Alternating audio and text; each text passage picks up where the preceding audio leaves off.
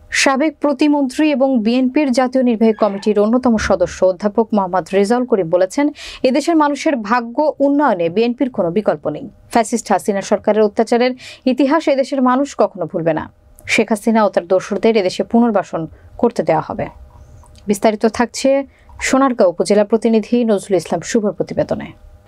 সোমবার বিকেলে সোনারগাঁওয়ে ঢাকা চট্টগ্রাম মহাসড়কের মোগরাপাড়া চৌরাস্তায় সাবেক প্রধানমন্ত্রী বেগম খালেদা জিয়ার রোগমুক্তি কামনায় দোয়া এবং তারেক রহমানের বিরুদ্ধে সকল মিথ্যা মামলা প্রত্যাহারের দাবিতে জনসভায় প্রধান অতিথির বক্তব্যে তিনি এ মন্তব্য করেন।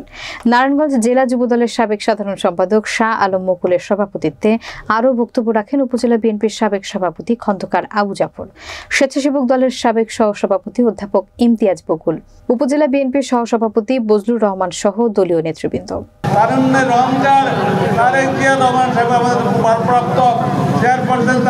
নেতৃত্বে আমরা আগামীতে যে নবার জনগণের ভোট নিয়ে, জনগণের ভালোবাসা নিয়ে আমরা আবার সরকার গঠন করে দেশকে সুন্দরভাবে পরিচালনা করতে পারি, সেই তৌফিক যেন আমাদের আল্লাহ দেয়।